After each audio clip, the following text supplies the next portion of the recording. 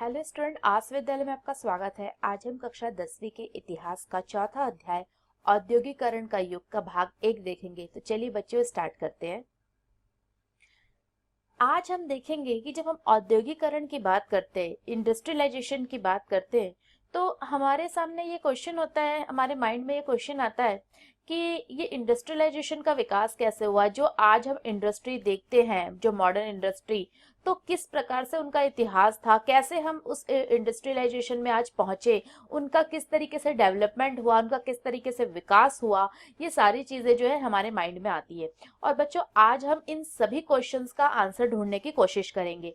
सबसे पहले एक मैं आपको चीज बताना चाहूंगी कि इंडस्ट्रियलाइजेशन या औद्योगिकरण जो कि हमारा टॉपिक है, तो इसे समझना बहुत जरूरी है कि आखिर में औद्योगिकरण का एक अर्थ क्या होता है। बहुत आसान शब्दों में अगर हम कहें तो देखिए, जिस युग में, जिस एज से हस्त निर्मित वस्तुएं बनना थोड़ी कम हो गई। हस्त निर्मित का क्या मतलब होता है? हस्त निर्मित का मतलब होता है कि पहले जो है, जब इंडस्ट्रियलाइजेशन नहीं था, इंडस्ट्री नहीं थी, तो वस्तुएं हाथ से बनाई जाती थी।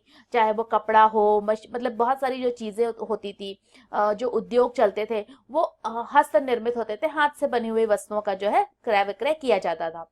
तो जब हस्त निर्मित वस्तुओं का बनना कम हो गया और उसकी जगह मशीन, फैक्ट्री और तकनीक का विकास होने लगा और इनका यूज होने लगा प्रोडक्शन में, तो इस टाइम को ही हम औद्योगिक युग कहने लगे। तो ये एक बहुत सिंपल सा अर्थ है। मुझे, मेरे हिसाब से आप सबको ये समझ आ गया होगा। इंडस्ट्रियलाइजेशन या औद्योगिकरण मतलब कि जिसमें मशीन का, तकनीक का यूज हो रहा है, फैक्ट्रियां निर्मित हो रही है। ये सारी चीजें कब हो रही है? जब किसी देश में इंडस्ट्रियलाइजेशन होता है, वहां औद्योगिकरण प्रारंभ होता है। तो अब हम वापस आते हैं अपने इस टॉपिक पे जिसे आज हमें समझना है। आपको यहाँ पर एक चित्र दिख रहा है और इसमें लिखा है ड्रॉन ऑफ द सेंचुरी, यानी कि नई सदी का उदय।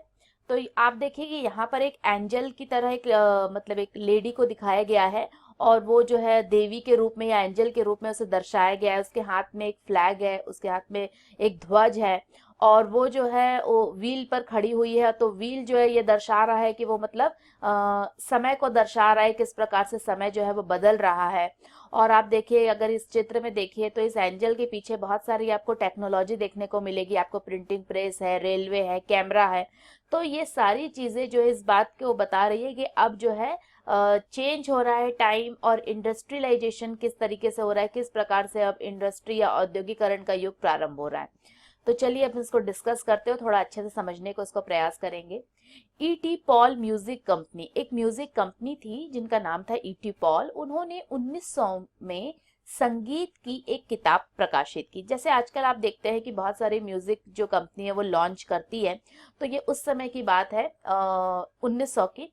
और उस समय जो है एक संगीत कंपनी थी, एक म्यूजिक कंपनी थी। उन्होंने एक बुक अपनी पब्लिश की थी, जिसकी जिल्द पर, मतलब कि जिसके फ्रंट जो ऊपर का कवर है, कवर पेज पर एक तस्वीर बनाई गई है, जो कि इसका कवर पेज आप देख रहे हैं। ये जो है वो कंपनी जो होती है न्यूयॉर्क, अमेरिका और इंग्लैंड में जो है 1900 में इसने ये प्रकाशित की थी बुक। और इसका उन्होंने टाइटल दिया था ड्रॉन ऑफ द सेंचुरी, यानी कि नई सदी का उदय। और इस तरीके से उन्होंने एक बुक, मतलब एक जो कंपनी थी, उन्होंने एक किताब जो है वो पब्लिश की थी। अब इसे हम और समझने की कोशिश करेंगे। जैसा कि अब आप इस चित्र को बच्चों अच्छे गौर से देखिए और बहुत बारीकी से देखिए कि इसमें क्या क्या चीजें हैं। इस तस्वीर के मध्य में, जैसे मैंने आपको बताया, एक देवी की तस्वीर है, जिसे कि हम एंजल भी कह सकते हैं। और यह देवी ने नई शताब्दी की ध्वजा लिए प्रगति का फरिश्ता दिखाई देती है। मतलब इनके हाथ में क्या है? इनके हाथ में जो है वो फ्लैग है, झंडा है, ध्वज है, जिसको कि वो प्रगति के रूप में जो है उसको दर्शाया गया है। उसका एक पांव पंखों वाले पहियों पर टिका हुआ है। जैसे कि आप नीचे देख सकते हैं कि एक पांव जो है वो पंखों वाले पहियों पर टिका हुआ है, और यह पहिया जो है वो समय का प्रतीक है। किस तरीके से? देखिए, समय जो है वो भविष्य की ओर बढ़ रहा है। उसकी उड़ान, अब वो उड़ान जो है वो भविष्य की ओर है, फ्यूचर की तरफ जो है वो उड़ रही है। मतलब बता रही है कि अब फ्यूचर जो है वो इन्हीं सब चीजों का है, इंडस्ट्रियलाइजेशन का फ्यूचर है। उसके पीछे जो है, जो भी प्रोग्रेस की, उन्नति के जो भी साइन है, जो चिन्ह है, वो जो है वो तैर रहे हैं। जैसे कि आप देखिए, इसमें रेलवे दिख रहा है आपको, कैमरा दिख रहा है, बहुत सारी मशीनें हैं, प्रिंटिंग प्रेस है, फैक्ट्री है, कारखाना है, ये सारी चीजें यहाँ पे दर्शाई गई है। इसके बाद हम एक और चीज देखते हैं। अगर हम देखते हैं एक दूसरे चित्र, तो इसमें भी जो है इंडस्ट्रियलाइजेशन को किस प्रकार से बताया गया है, ये हम अभी देखने की कोशिश करेंगे। ये भी इंग्लैंड में ही जो है वो दो जादूगर इसमें दिखाए गए हैं, पब्लिश हुई थी ये 1901 में। ये तस्वीर 26 जनवरी 1901 में। तो इसमें देखिए, एक ऊपर आपको दिख रहा है और एक नीचे दिख रहा है, और ये दोनों कौन है? दोनों जादूगर है।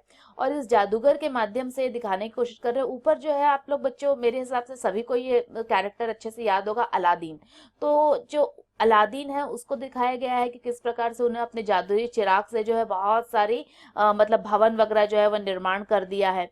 और नीचे अगर हम देखते हैं तो एक मैकेनिक को बताया गया है कि मैकेनिक जो होता है उसके जो टूल्स होते हैं, हथियार होते हैं, मशीन होती है, तो वो इस मशीन के माध्यम से ब्रिज बना रहा है, बड़ी बड़ी बिल्डिंग्स बना रहा है, शिप बना रहा है, पुल का निर्माण किया है।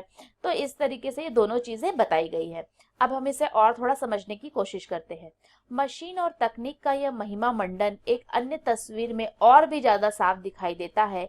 यह तस्वीर एक व्यापारिक पत्रिका के पन्नों पर 100 साल से भी पहले छपी थी। आज से 100 और उससे या उससे ज्यादा साल से पहले भी अगर हम देखें तो यह तस्वीर जो है वो छपी थी 1901 में, और ये एक व्यापारिक पत्रिका थी।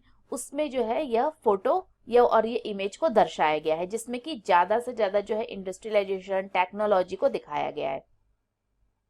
यह तस्वीर में दो जादूगर दिखाए गए हैं। ऊपर वाले हिस्से में प्राच्य है, मतलब कि जो थोड़े से पुराने जो है उसमें के रूप में जो है अलादीन को दर्शाया गया है, जिसने अपनी, उसके पास, आपको पता है अलादीन के पास क्या होता है, उसके पास एक जादुई चिराग थी, एक मैजिकल लैम्प था। जब जैसे ही वो उसको रगड़ता था तो वो जो भी विश मांगता था वो पूरी होती थी। तो इस तरह के इमेजिनेशन को यहाँ पे दर्शाया गया है कि किस प्रकार से अलाउद्दीन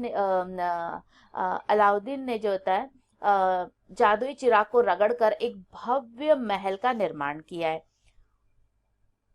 और नीचे एक आधुनिक मैकेनिक है, एक जो होता है मॉडर्न मैकेनिक को बताया गया है, जो अपने आधुनिक औजार से एक नया जादू रच रहा है। उसका आधुनिक औजार क्या है? मशीन्स वगैरह जो है उनके आधुनिक औजार है, उससे एक नया जादू रच रहा है। वह क्या है? ब्रिज बना रहा है, पानी पर जो होता है अब पुल का निर्माण कर रहा है। बहुत बड़े बड़े जो है पानी के जहाज बना रहा है, गगन मीनार बना रहा है, बहुत सारे टावर बना रहा है, गगनचुंबी इमारतें, बड़ी बड़ी बिल्डिंग्स बनाता है। और अलाउद्दीन जो है वो पूरब और अतीत का प्रतीक होता है, मतलब कि ये ईस्ट और पास्ट के रूप में इसको दर्शाया गया है। और जो मैकेनिक है उसे वेस्ट और मॉडर्निटी के रूप में उसको बताया गया है कि वो पश्चिम और आधुनिकता का प्रतीक है। देखिए, दो अलग अलग प्रतीक बताए गए हैं। अगर हम ईस्ट और पास्ट, मतलब कि अगर हम पूरब और अतीत के रूप में देखें तो उसमें अलाउद्दीन को जो है दिखाया गया है, अलादीन को। और अगर हम वेस्टर्न को और मॉडर्निटी को देखें, आधुनिकता और पश्चिम को देखें, तो उसमें मैकेनिक को बताया गया है। तो ये तस्वीरें जो हैं वो आधुनिक विश्व की विजय गाथा कहती है। इस गाथा में आधुनिक विश्व दूर तकनीकी बदलाव, आविष्कारों, मशीनों, कारखानों, रेलवे, वाष्पपोतों की दुनिया के रूप में दर्शाया गया है। मतलब ये जो है हमारी आधुनिक जो विश्व है उसकी तस्वीर हमें दिखाती है कि अब विश्व जो है किस तरीके से चेंज हो रहा है इंडस्ट्रियलाइजेशन के आने के बाद, औद्योगिकरण के होने के बाद। और आप देख रहे हैं कि इसमें कितनी रैपिड टेक्नोलॉजी जो है वो चेंजेस हो रही है, बहुत सारे इन्वेंशन हो रहे हैं, बहुत सारी जो मशीन का यूज हो रहा है, फैक्ट्रियां एस्टेब्लिश हो रही है, रेलवे का डेवलपमेंट हो रहा है, जो आपके वाष्पपोत है उन सबको जो है बताया जा रहा है। और इससे बताया जा रहा है कि अब दुनिया कितनी तेजी से बदल रही है, चेंज हो रही है। इसमें औद्योगिकरण का इतिहास विकास की कहानी के रूप में सामने आता है, और आधुनिक युग तकनीकी प्रगति के भव्य युग के रूप में उभरता है। मतलब अब हम जो आधुनिक युग को कैसे देखते हैं? टेक्नोलॉजी प्रोग्रेस के रूप में देखते हैं कि अब जो है आधुनिक युग जो है वो टेक्नोलॉजी का युग होगा, तकनीकी का युग होगा, और उसकी प्रगति का युग के रूप में हमें देखते हैं। अब ये छवियां और ये संबंध लोकमानस का हिस्सा बन चुके हैं। जो ये इमेजेस होती है, क्या होता है, कोई भी जो तस्वीर होती है वो आपके लोगों के मन में एक छाप छोड़ती है। तो ये तस्वीर बनाने का भी उद्देश्य ये था कि इन्होंने लोकमानस के मस्तिष्क का भी एक हिस्सा बन चुके थे। क्या आप भी तेज औद्योगिकरण को प्रगति और आधुनिकता के काल के रूप में नहीं देखते हैं? क्या आपको नहीं लगता है कि रेलवे, फैक्ट्रियों का निर्माण, गगनचुंबी इमारतों और पुलों का विस्तार समाज के विकास का द्योतक होता है? देखिए, इतिहास को जब हम देखते हैं तो सिर्फ तकनीकी हम ये देखेंगे कि इसमें जो है तकनीकी विकास हुआ है। आज हमें ये देखने को मिलता है कि अगर हम हिस्ट्री को देखेंगे तो हमारा जो है टेक्नोलॉजी का बहुत ज्यादा विकास हुआ है। आज अगर हम विकास की बात करते हैं, डेवलपमेंट की बात करते हैं, तो उसे जो होता है बिना इंडस्ट्रियलाइजेशन की बात किए जो है हम डेवलपमेंट की बात नहीं करते। तो जब भी आज हम विकास की बात करते हैं तो उसे हम औद्योगिकरण के साथ जोड़कर देखते हैं। आप खुद से ये प्रश्न कीजिए कि क्या औद्योगिकरण जो है वो विकास करने में, प्रोग्रेस करने में और आधुनिकता को नहीं दर्शाता है क्या? ये सारी चीजें आप अपने खुद से पूछिए कि आपको नहीं लगता है कि आज जिस प्रकार से रेलवे का विकास हो रहा है, आज फैक्ट्रियों का निर्माण हो रहा है, बड़ी बड़ी बिल्डिंग्स बना रही है, बड़े बड़े जो ब्रिज बन रहे हैं, वो क्या इस सोसाइटी के डेवलपमेंट को शो नहीं करते हैं? बिल्कुल करते हैं। ये छवियां किस प्रकार, अब आप देखिए ये भी एक क्वेश्चन उठता है कि ये जो इमेजेस है वो किस प्रकार से डेवलप हुई और इन विचारों से हमारा क्या संबंध है? क्या औद्योगिकरण के लिए तीव्र तकनीकी विकास हमेशा जरूरी होता है? ये सारे क्वेश्चन हमारे माइंड में आते हैं। क्या आज भी हम तमाम तरह के कामों के दिनों दिन बढ़ते मशीनीकरण का गुणगान कर सकते हैं? औद्योगिकरण से लोगों की जिंदगी पर क्या असर पड़ा? ऐसे सवालों का जवाब देने के लिए हमें औद्योगिकरण के इतिहास को समझना होगा। अगर ये सारे क्वेश्चन, क्योंकि देखिए जब हम इस तरीके की इमेजेस को देखते हैं तो हमारे मस्तिष्क में बहुत सारे प्रश्न उठते हैं। तो ये सारे प्रश्नों को समझने के लिए बहुत आवश्यक है बच्चों की पहले हम औद्योगिकरण का इतिहास को समझें। और अभी हम यही आने वाले हम लेक्चर में ये सब बातों को डिस्कस करेंगे, उसके इतिहास को पढ़ेंगे और हम समझेंगे कि यहाँ हम दुनिया के पहले औद्योगिक राष्ट्र ब्रिटेन, आप जानते हैं कि इंडस्ट्रियलाइजेशन या औद्योगिकरण सबसे पहले कहाँ प्रारंभ हुआ था? सबसे पहले जो है वो ब्रिटेन में, इंग्लैंड में प्रारंभ हुआ था और उसके बाद विश्व के अन्य कोनों में यह गया था। तो पहले हम ये पढ़ेंगे कि किस प्रकार से जो है औद्योगिकरण वो राष्ट्र जो है ब्रिटेन में किस तरीके से इंडस्ट्रियलाइजेशन स्टार्ट हुआ।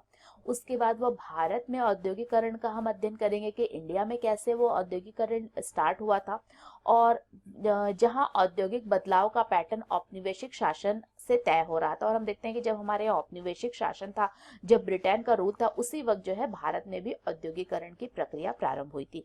तो इन सभी चीजों को हम अपने नेक्स्ट लेक्चर में डिस्कस करेंगे। So what did we learn today? आज हमने क्या पढ़ा और क्या सीखा? तो आज हमने देखा कि औद्योगिकरण का युग, industrialisation, the age of industrialisation को हमने समझा।